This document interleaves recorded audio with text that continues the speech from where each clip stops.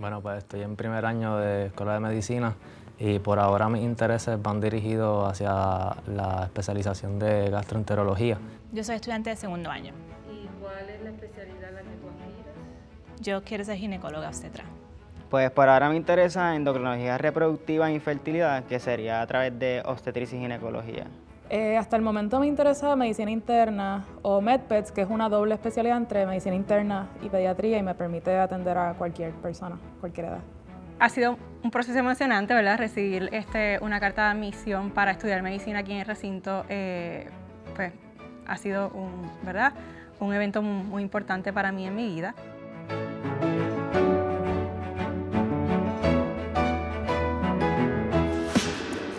Bueno, Puerto Rico también estableció el toque de queda para evitar la propagación del coronavirus. La gobernadora Wanda Vázquez anunció esta medida después de que se confirmara un quinto caso en la isla. Es una mujer de 65 años que viajó recientemente a Nueva York. Vázquez ordenó el cierre parcial de todos los comercios, excepto aquellos de alimentos y ventas de equipo médico, hasta el 30 de marzo.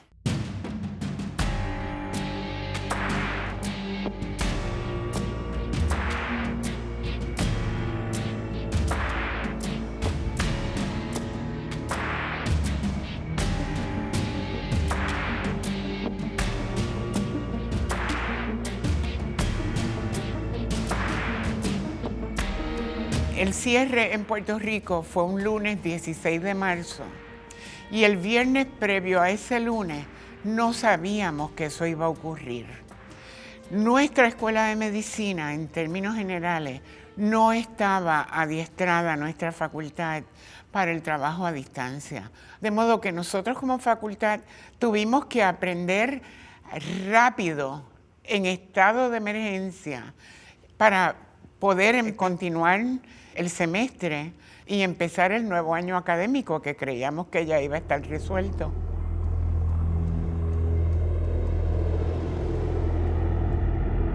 Antes de estar en el recinto, por ejemplo, estaba viviendo en Nueva York y allá fue cuando todo esto de la pandemia explotó. Yo estaba trabajando, de hecho, allá y al ser como que el primer lugar en Estados Unidos donde ocurrió la pandemia, como que dio primero y estábamos bien asustados.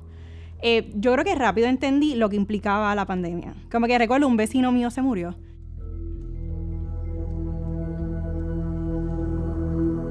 Al principio fue una adaptación de esto es un virus mortal, mi vida está en peligro, ¿qué yo tengo que hacer para protegerme a mí y a los míos? Así que al principio lo que vimos fue mucha ansiedad, mucho miedo.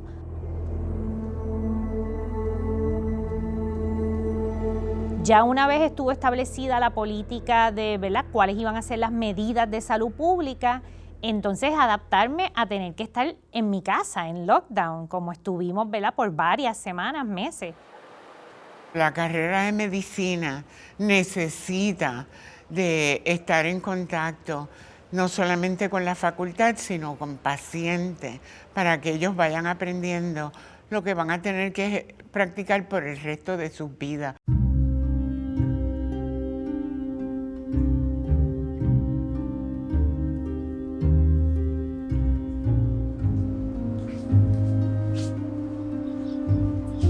Al inicio, cuando hubo el cierre, era cómo pasábamos de un currículo totalmente presencial a un currículo que fuese a distancia. Cómo uno podía darle una exposición clínica a los estudiantes para prevenir el que no hubiese contagio entre los profesionales de la salud, los estudiantes de medicina. Tuvimos que adaptarnos siguiendo las reglas y las recomendaciones de las agencias acreditadoras, porque no depende tan solo de nuestra escuela, depende de que nosotros tenemos que cumplir con un currículo. Fueron muchos los aspectos que nosotros tuvimos que tomar en consideración para desarrollar un plan a nivel curricular que asegurara la educación de nuestros estudiantes, pero aún más su seguridad en términos de la pandemia. Conseguimos fondos para comprar los equipos de telemedicina para facilitar un poco la educación, bastante, la educación a distancia y el ofrecimiento de los servicios. El personal del Wellness Center, ¿verdad?, de la Escuela de Medicina, que incluye a la doctora Anamí Jordán y también incluye a la señora Milagros Santos. Hemos estado pendientes de nuestros estudiantes de medicina para poderle ofrecer ayudas en las áreas más necesitadas, como por ejemplo el manejo de su ansiedad, el hecho de que hayan mantenido este espacio de aislamiento, ¿verdad?, en donde ellos no hayan podido compartir, sobre todo los estudiantes de primer y segundo año, que no han podido asistir al recinto desde que comenzó el lockdown en marzo del 2020.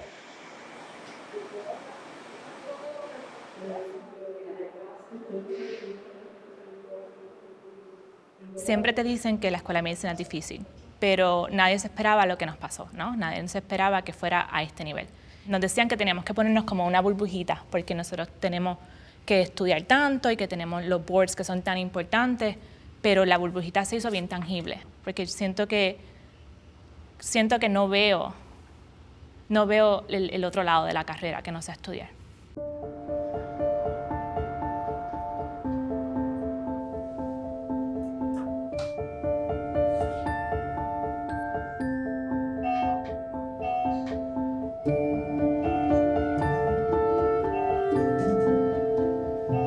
No es lo mismo ir a un salón de clase, a atender la clase, entender, a estar frente a la computadora todo el día tomando la clase, más durante la noche también frente a la misma computadora estudiando. O sea, no se cambia de ambiente, estás básicamente todo el tiempo encerrado entre cuatro paredes mirando lo mismo. Por ejemplo, la clase de primer año los estudiantes no se han conocido entre sí, a menos que hayan estudiado el bachillerato en el mismo recinto, no han conocido personalmente a la facultad, han estado aislados estudiando remotamente. En el primer semestre de segundo año, en noviembre de este año pasado, había estudiantes que todavía no habían visto una relación médico-paciente. Los mayores retos fueron en términos de las destrezas clínicas, los cursos de primero y segundo año, donde ellos se exponen a aprender cómo hacer un historial al paciente, a aprender a hacer un examen físico. Y el caso de anatomía, pues los laboratorios de disección, porque no pueden ir a los laboratorios de disección, así que se utilizaron diferentes plataformas que la Facultad de Anatomía evaluó, donde ellos pueden ver unos videos en forma virtual de esas disecciones con unos objetivos en particular que ellos pudieran ir complementando para poder cumplir con esos objetivos a nivel del currículo y del curso de anatomía. Vamos a hacer la prueba de fuerza en la articulación del codo. Para eso necesito que contrarrestes mi fuerza y extiendas el codo, que lo extiendas. En la clase de destrezas clínicas, esa clase depende mucho de un contacto físico. En esa clase, por ejemplo, aprendemos a hacer exámenes físicos de los diferentes sistemas del cuerpo. Y entonces, la manera en que se corre ahora mismo es que, ¿verdad?, vemos un video de cómo se hace el examen físico y luego tenemos un paciente estandarizado. En ocasiones ha sido mi mamá, también en otras ocasiones como que estudiantes de primer año. Nos reunimos para entonces hacer practicar el examen físico en la clase que es por Zoom. Esa clase ha sido particularmente retante porque depende mucho de un contacto físico, de entender cómo se sienten las diferentes partes del cuerpo, de entender cuáles sonidos son apropiados en un pulmón o no. Y yo creo que es bien difícil aprender de esa clase a cabalidad si no se hace de manera presencial. ¿Sientes la vibración? ¿Me dejas saber cuando dejes de sentirlo? Pues yo entiendo que hacer cambios al calendario y modificar la estructura de cómo se da la educación médica es difícil porque es algo que es estandarizado y que es a nivel de todo Estados Unidos. Que los cambios que pueden hacer son limitados porque hay unas fechas límites, porque hay unos requisitos, porque hay que coger unos exámenes en esta fecha.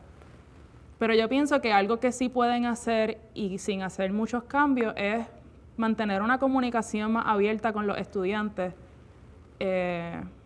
mostrar un poco más de sensibilidad y de preocupación y empatía por las situaciones particulares de cada estudiante, que sabemos que no son las mismas. tomar en consideración lo que están atravesando los estudiantes, que no son las mismas condiciones para todos los estudiantes, que no todos tienen acceso a los mismos recursos, y tomar eso en cuenta y no más bien verlo como que darle continuidad a los estudios, sino darle continuidad, pero a la misma vez tomando en cuenta lo que los estudiantes están pasando.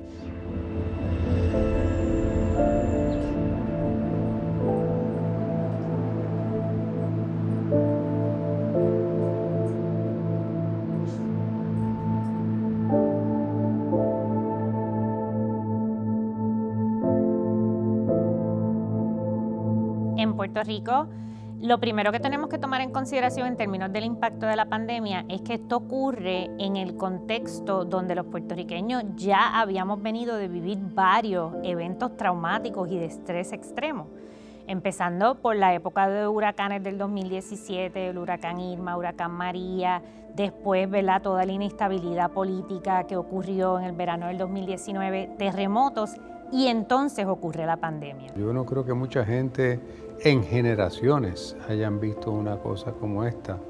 Y entonces ha sido en un año adaptarse a estar literalmente encerrados, sin contacto con las demás personas en un momento dado, sin contacto con la familia.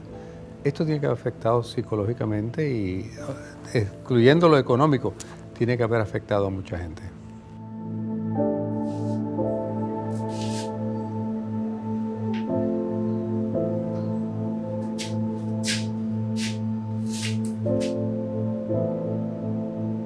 Pues fue bien retante, en términos a veces hasta un poco difícil, porque en esos primeros meses, desde mi perspectiva como directora de currículo, pero a la misma vez soy pediatra, veo pacientes en el Hospital Pediátrico Universitario, los pacientes admitidos, a la misma vez soy madre, tengo mi hogar, y entonces fue un reto los primeros meses, porque recuerdo que estaba atendiendo en reuniones, planificando qué cambios íbamos a hacer, contestando el teléfono, mi hija estudiando en la casa, y los días que tenía que asistir al hospital, pues quién se quedaba con ella, cómo me protegía, las medidas de seguridad, el protocolo de llegar a mi casa, donde me quito la ropa, donde me quito los zapatos, me voy a bañar directamente, me lavo el pelo completamente, hasta después ir a saludar a mi hija, que fue un proceso bien retante y a veces bien difícil, y a su vez ir trabajando con este proceso rápido de cómo va a seguir el currículo, cuáles son los planes. Aislamiento en todos los sentidos. Ya nosotros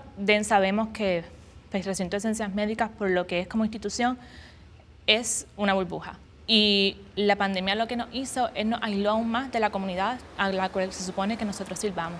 Nosotros servimos a Puerto Rico, porque ahí están todos los centros especializados, pero también servimos a Río Piedra, y en la pandemia se puede sentir increíblemente lejos. Aunque yo veo el recinto de ciencias médicas desde mi apartamento, es como si estuviese en otro país.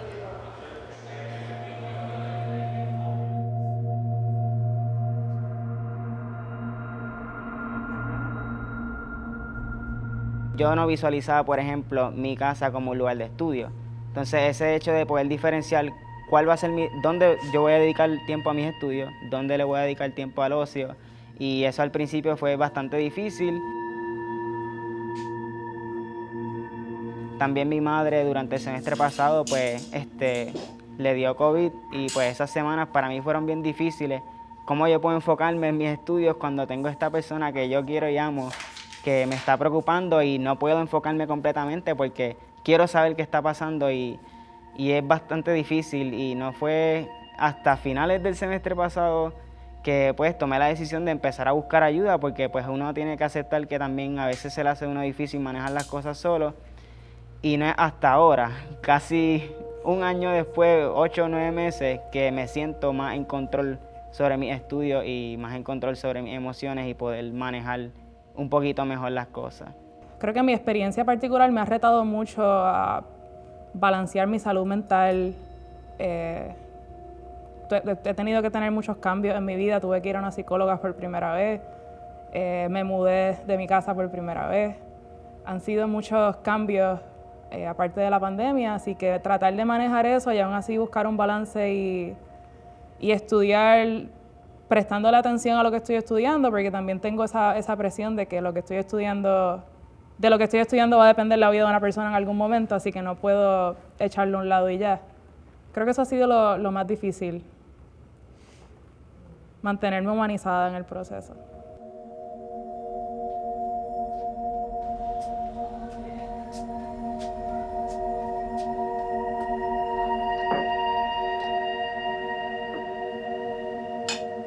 Siempre hemos sabido que la salud mental, el cerebro es parte del cuerpo, así que está todo interconectado. Y pues sabemos que hay una interacción de lado y lado, que cuando tú no tienes buena salud mental, tu salud física se ve afectada, cuando no tienes buena salud física, tu salud mental se ve afectada. Y lo que está detrás de todo eso es el estrés. Dependiendo de cuánto estrés una persona sufra, pues eso afecta condiciones crónicas como la diabetes, la hipertensión, el cáncer, pero también es uno de los factores de riesgo para trastornos de depresión y ansiedad. Así que ahí es que vemos más claramente. ¿Y quién va a decir que este año no ha sido estresante? Ha sido estresante para todos. Así que definitivamente nos preocupa cuáles van a ser las consecuencias, no solo a nivel de salud mental, sino también a nivel de salud física, sobre todo en el área de las condiciones crónicas de salud.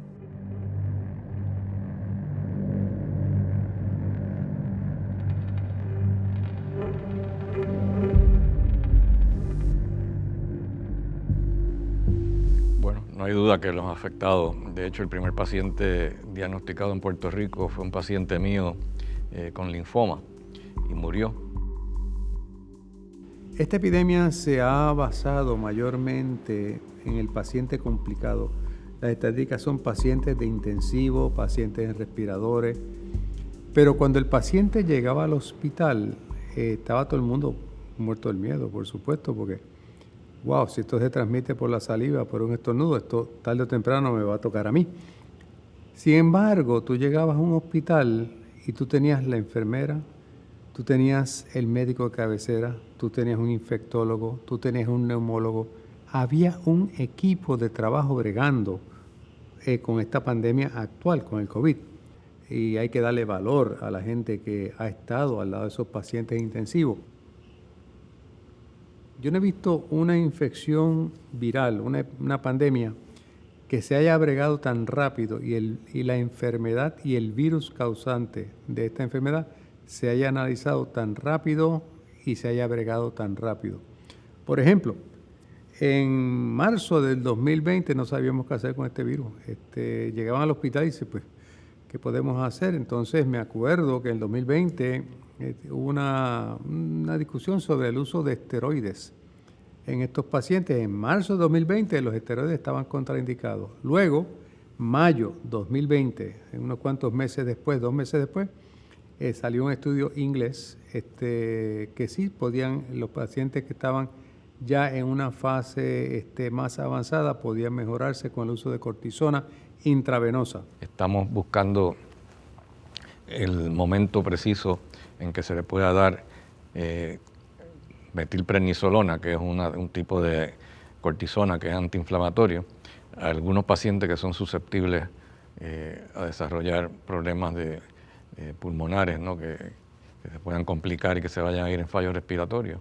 Y precisamente eso es lo que hemos logrado. Hemos logrado disminuir de una forma drástica las complicaciones pulmonares dándole metilprednisolona, pero solamente algunos pacientes que tienen marcadores de inflamación elevados y no puede ser antes del 7º día.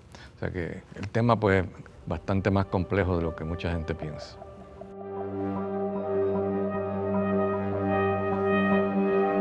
Yo creo que esta infección hay que mirar un poquito hacia atrás y mirar el paciente que no ha llegado al hospital, para tratar de que llegue al hospital, entender esa enfermedad desde el día que empieza con el primer síntoma o te hace la prueba, para qué hay que hacer para evitar que tú te compliques y me llegues a un intensivo.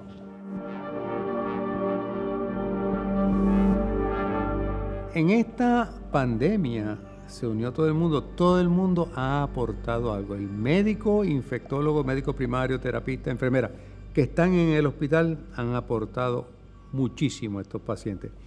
Médicos que están en la parte afuera del hospital, que están analizando datos y viendo estas cosas, han aportado muchísimo.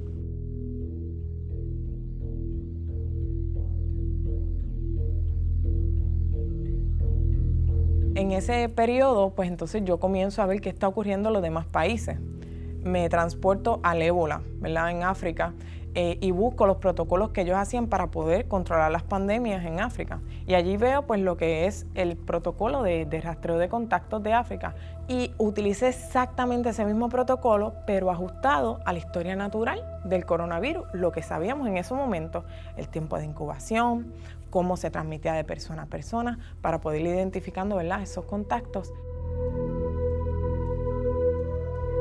Y recuerdo que le dije al alcalde, deme 3 días para yo poder montar un sistema de rastreo si usted me lo permite. Y algo que sea en base a comunidad, con la visión de que cuando el Departamento de Salud llegara con su sistema de rastreo, yo le pudiera pasar los datos y el Departamento de Salud pudiera continuar, ¿verdad?, con su sistema de rastreo, no interponiendo. Recuerdo que fue un 26 de marzo. Al próximo día recibimos la primera llamada en nuestro sistema del primer caso positivo en Villalba. Durante esas próximas semanas y a través del rastreo de contacto identificamos el primer brote, que fue en una comunidad que precisamente era por personas que estaban trabajando en los Estados Unidos en los campos y vinieron, entonces regresaron a sus casas. Otra parte bien importante, el sistema de rastreo de contactos comenzó después de que comenzaron las flexibilizaciones. Y eso fue algo que pudimos haber, ¿verdad?, cambiado dentro de cómo se llevaba la respuesta a la pandemia, porque sí se comenzó a flexibilizar porque habían pocos casos, pero no tomaron en cuenta la capacidad del sistema para responder a un aumento de casos. En julio no se tenía la capacidad del sistema para poder nosotros responder a ese aumento de casos como la tenemos ahora. Así que poco a poco fue saliendo la información y eso fue producto de tener no nada más 20 personas a nivel central, sino ya un equipo de 700 personas a nivel municipal diciéndonos en qué lugares estaban ocurriendo la mayor cantidad de casos.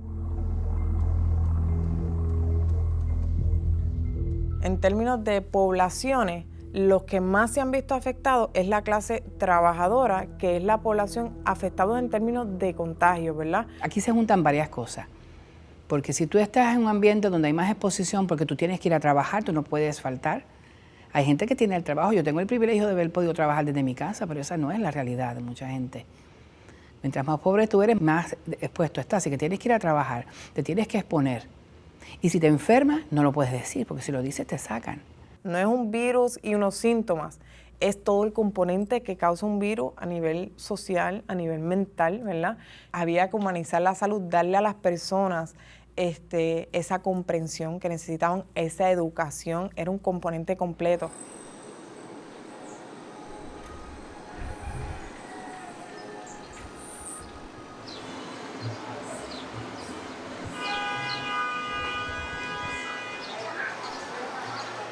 Según la Organización Mundial de la Salud, los determinantes sociales de la salud son las condiciones en las cuales las personas nacen, crecen, viven, envejecen y mueren. Esto incluye los sistemas económicos, políticos, sociales y culturales, ¿no? También las prácticas y las instituciones. Tenemos que recordar que vivimos en un país que casi la mitad de la población vive en condiciones de pobreza, casi 60% de la niñez también vive en condiciones de pobreza. Tenemos diferentes poblaciones que se han visto bien afectadas por esta pandemia, por la cuestión del encierro, por la cuestión de no poder trabajar, de no recibir suficiente incentivo económico para entonces poder costear los derechos básicos que se suponen que son la vivienda, el agua, el alimento, la electricidad y en estos momentos también la tecnología, porque todo se ha vuelto virtual, pero no todo el mundo tiene el mismo acceso a la tecnología, no todo el mundo sabe manejar la tecnología y eso se convierte en otra desigualdad más.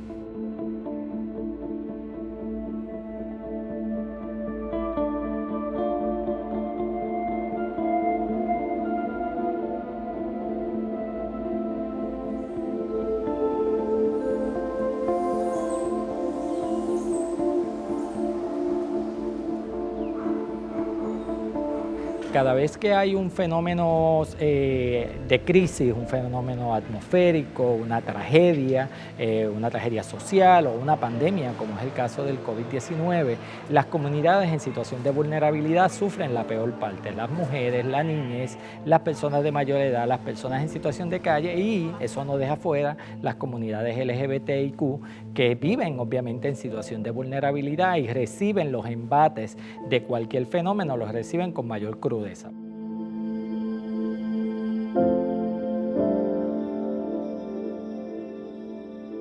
Una pandemia, como un huracán, como cualquier crisis grande, lo que hace es destapar esas inequidades. Y la realidad es que el riesgo no está en las personas, está en lo social, está en cómo nosotros tratamos a las personas y los recursos que le proveemos. Es cierto que las mujeres negras y latinas tienen más diabetes que las mujeres blancas, pero no es porque son negras y latinas, es porque son pobres y tienen menos acceso a los servicios de salud, y el acceso que tienen es un acceso discriminado, lleno de prejuicios y de desigualdad.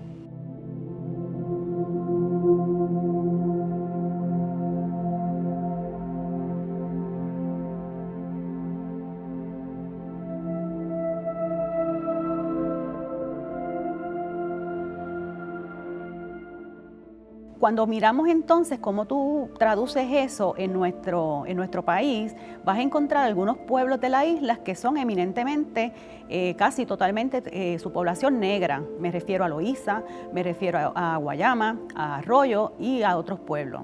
En términos del acceso a los servicios de salud, podemos identificar que dentro de las políticas públicas del Estado no siempre se favorecen estos pueblos. Y las ayudas que reciben, a diferencia que reciben estos municipios, nos damos cuenta que es que no se atienden las necesidades reales.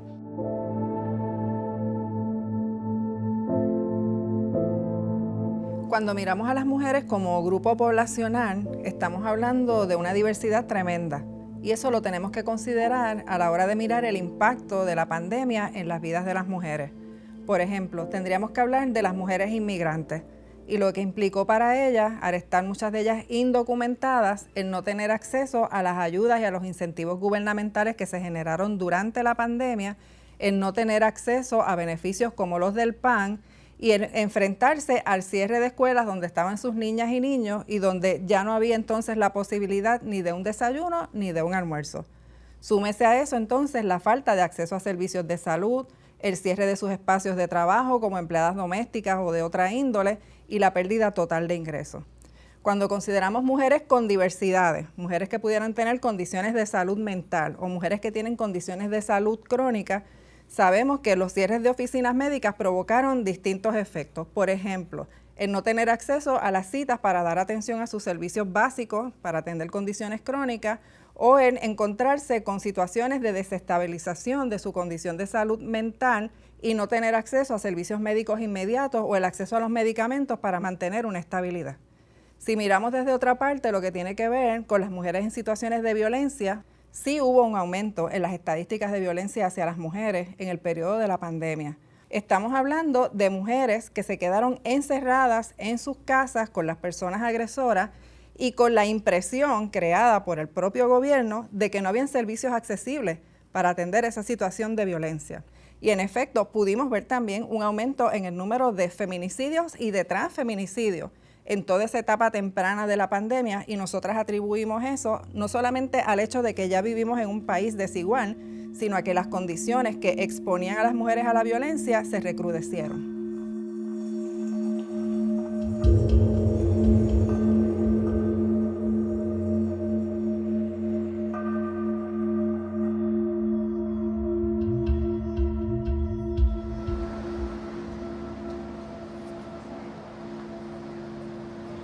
Yo pienso que los profesionales de la salud tienen una responsabilidad tan grande porque son personas que se van a encontrar con mujeres que están en situaciones de violencia que no reconocen ellas mismas.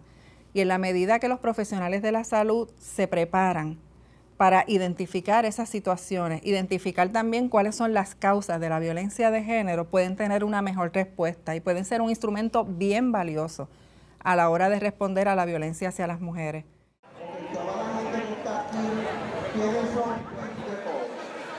Se ha hablado dentro de nuestra escuela sobre la comunidad LGBTQ+, sobre lo que es la salud transexual, lo que es la salud de las personas gay y lesbianas, pero siento que hay muchísimo más por abundar, muchísimo más por, como quien dice, darle más enfoque a eso, porque no es solamente mencionar que esta enfermedad se ve prevaleciente dentro de tal comunidad, es decir por qué. Una persona de nuestras comunidades que ya enfrenta el prejuicio en distintos ámbitos de nuestra sociedad, de la vida cotidiana, a la hora de recibir servicios, de pensar en políticas públicas, el Estado no piensa en la existencia de estas comunidades porque hay una invisibilidad de parte de los organismos estatales. Cuando se creó el cierre o el lockdown en el año 2020, sin pensar en los ámbitos sociales, porque este lockdown que se hizo en Puerto Rico se hizo desde una perspectiva únicamente criminológica, donde el Estado lo único que hizo fue establecer una prohibición, todo el mundo se queda en casa, pero los aspectos sociales no se tomaron en consideración. Por ejemplo, una persona que se dedica al trabajo sexual, ¿qué va a hacer durante un lockdown?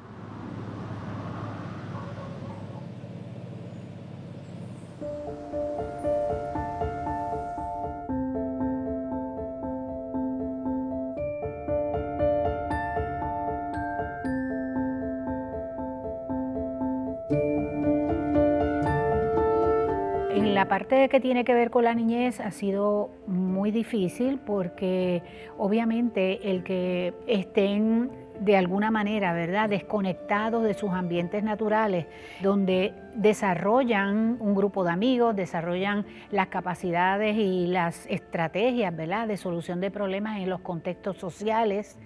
Y además hay una pérdida también enorme y un rezago académico que es extraordinario, particularmente en la población de los niños y las niñas de educación pública en nuestro país, en Puerto Rico, puesto que muchos de nuestros niños y niñas de educación pública no tienen acceso a la tecnología que podría de alguna manera, ¿verdad?, reemplazar la educación presencial.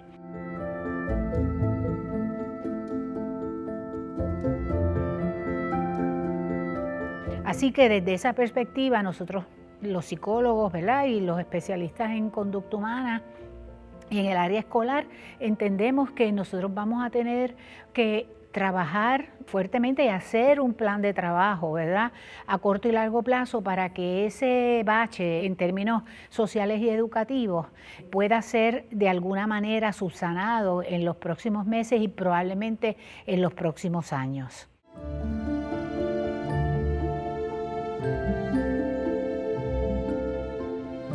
En el caso de la matrícula de educación especial, estos niños y estas niñas no se han beneficiado de la misma manera de la educación en línea, porque muchos de ellos pues presentan mucha dificultad cognitiva, ¿verdad?, e incluso conductual, incluso podría ser hasta emocional, para poder sentarse, atender, seguir instrucciones, poder responder a la petición del adulto a través de un medio como es la educación en línea.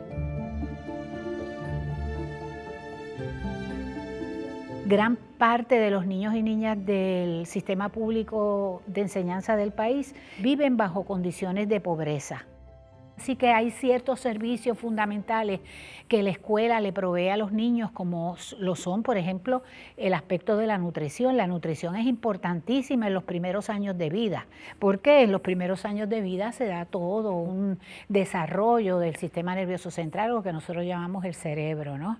Así que para eso se necesita una buena nutrición. Y sabemos que muchos de nuestros niños, sus comidas saludables y balanceadas las consumen dentro de los comedores escolares de las escuelas, y que probablemente algunos de ellos incluso son la comida que reciben durante el día, que probablemente en la casa escasea el alimento. Estamos ante un derecho humano básico, que es recibir el derecho a la vida, ¿verdad? Es el que está ahí en juego, pero estamos ante un Estado que por dejadez, por desidia, e incluso a mí me parece que hasta por maldad mantuvo y mantiene los comedores escolares cerrados mientras la gente está en estado de necesidad.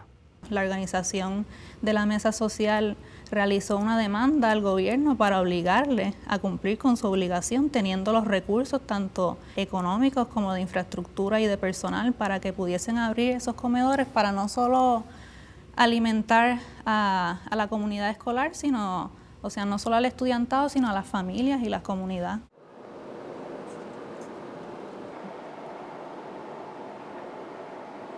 Una de las cosas que hemos visto en el desarrollo de los derechos humanos, ¿verdad?, en el siglo XXI, es que se han estado ampliando derechos que tienen que ver con las nuevas tecnologías.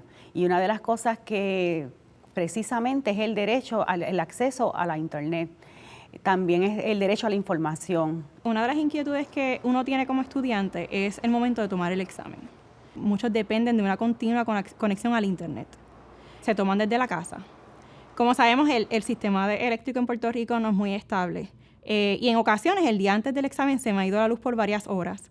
Y pues estoy en la incertidumbre de que volverá la luz al otro día para yo tener como que mi computadora cargada, mi internet funcionando, para entonces poder tomar el examen. Como que definitivamente es un miedo que a mí como estudiante me da. Muchas veces los pacientes pues tienen dificultad, si son de un nivel económico bajo, pues a veces no tienen ni acceso a un teléfono celular. Todos los pacientes que vemos en el auxilio mutuo pues tienen teléfono celular y uno los llama y puede comunicarse con ellos. Pero no es lo mismo, porque lo que estamos viendo en el auxilio mutuo pues no es una población representativa de todos los puertorriqueños, ¿no? Así que siempre pues la soga parte por lo más finito y hay personas pues que no tienen los recursos y que no se atienden también como se debieran atender, ¿no? Si tiene un sistema de salud que le responde, si tiene un sistema educativo que le responde, si tiene un sistema social que le responde, puede tener una buena salud. Por eso es que esto es un llamado al asunto de las estructuras, a sensibilizar las estructuras, a mirar que de lo que nosotros estamos hablando no es de proveer servicios, sino de proveer unas condiciones de vida. ¿Cómo nosotros vamos a decir hay vacunas para los viejos y vayan al internet a hacer cita? ¿De qué manera eso es crear las condiciones? Es crear la desigualdad.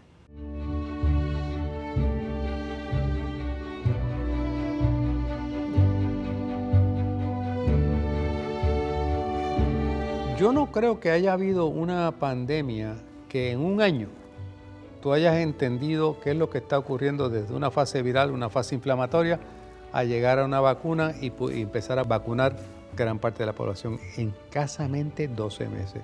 Yo creo que eso es récord. La vacunación para los estudiantes, eso funcionó muy bien. También nos dieron una opción de ser voluntarios en la clínica, ¿no? Y tener esa oportunidad fue buena. Yo creo que ese día yo me sentí que yo era parte del recinto de nuevo. Un sentimiento que no había tenido en casi un año, ¿no? Allí estaba nuestro decano, allí estaban profesores que nos habían dado clases, que nada más los había visto por la computadora, y verlos allí y que se hicieran el plantón conmigo de 8 horas, cuando vacunamos 500 personas, me dio ese sentido de compañerismo, ¿no? Y de que estamos en esto juntos, ¿no?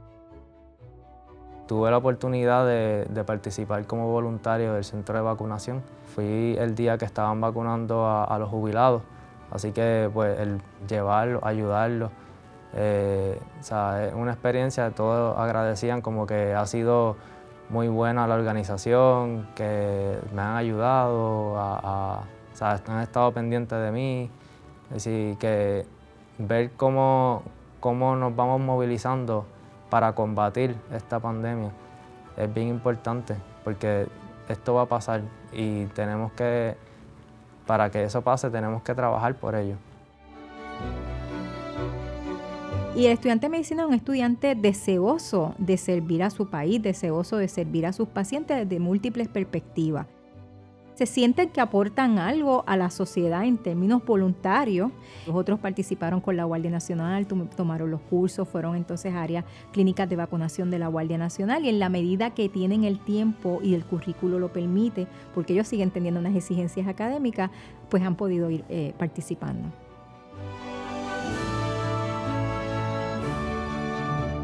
Hay que mantenerse al día en lo que está pasando. Obviamente esto está cambiando de un momento a otro. Lo que estamos presenciando ahora probablemente va a ser muy diferente a lo que viene mañana. O sea, que lo que yo digo ahora, pues, a lo mejor no es cierto mañana. Y eso pues, no hay mejor ejemplo que el virus para que el estudiante entienda que la medicina cambia y ahora con este virus, pues, está cambiando más rápido todavía. No es la primera pandemia que nosotros hemos atravesado, no es el primer evento así catastrófico de salud que ha pasado por este planeta.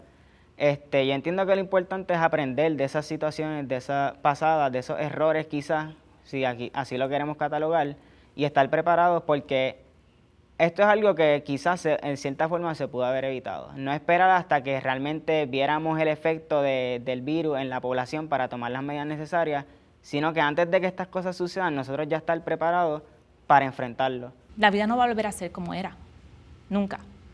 Y yo creo que cuando nosotros tenemos que cuando llegamos a esa realización, a ese momento de que nosotros decimos, yo no voy a volver a pensar de la manera que pensaba, no voy a volver a vivir de la manera que vivía.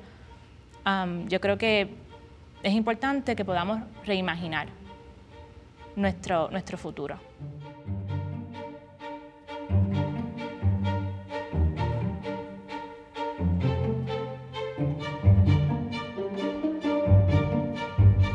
La Universidad de Puerto Rico tiene que hacer los ajustes necesarios para que no importa la situación de emergencia que afecte al país, pueda continuar funcionando, pueda seguir educando, pueda seguir graduando precisamente a los profesionales que van a atender todas las áreas necesarias ante cualquier crisis. Yo creo que para un estudiante de medicina o para un médico en este país es importante que se inserte en los procesos de discusión pública.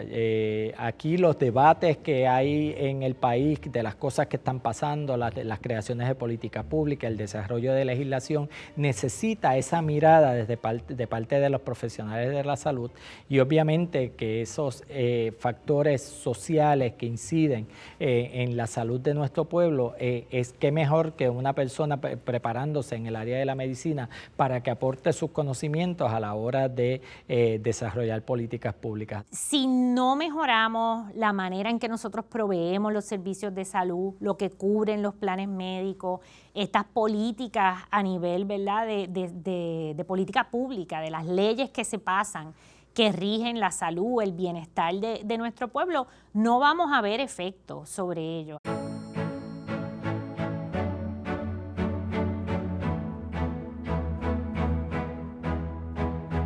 Es crear unas condiciones donde todos los seres humanos podamos desarrollarnos en libertad, que podamos ser saludables, que podamos soñar con tener una vida sin tener las preocupaciones que tienen, ¿verdad?, las personas que no tienen ese acceso.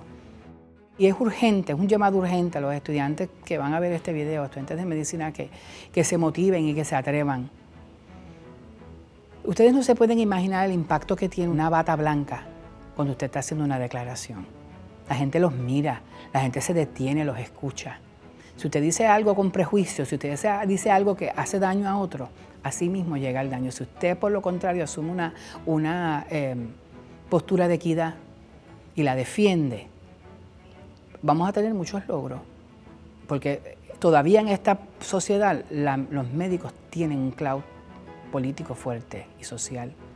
Así que vamos a aprovechar eso, vamos a aprovechar ese poder que tienen para el bien, para un mejor país. Nuestro foco es equidad, justicia social en el desarrollo de los futuros médicos del país y en la forma que se le da al sistema de servicios de salud en Puerto Rico.